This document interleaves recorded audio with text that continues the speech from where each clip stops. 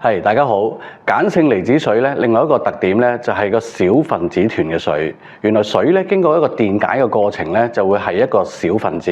咁今日咧，我就會用一個茶包咧，同大家去做一個測試俾大家睇下嘅。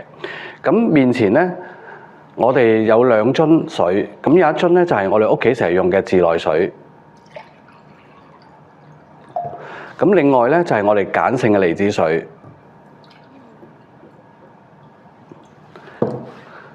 咁我哋分別咧用兩個茶包，每一邊我哋都浸佢3下。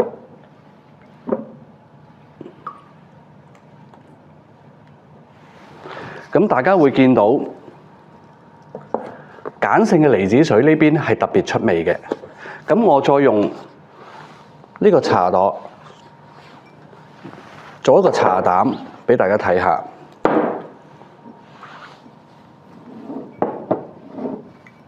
我每邊撳3下，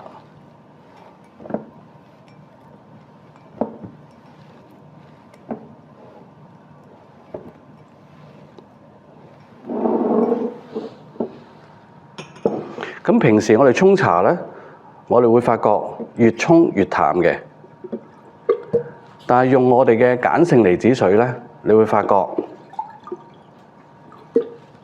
依然咧都係咁出味嘅。咁大家可以睇到，咁以後咧，我哋沖茶啦、沖咖啡啦、煲湯啦，如果用鹼性嘅離子水咧，咁我哋會令到個食材咧更加出味，個營養咧更加豐富。咁如果我哋飲嘅係一個鹼性嘅離子水，一個小分子團嘅水嘅話咧，落到我哋嘅身體度咧，我哋能夠可以快速咧進入我哋嘅細胞，咁令到我哋嘅身體咧可以更加健康。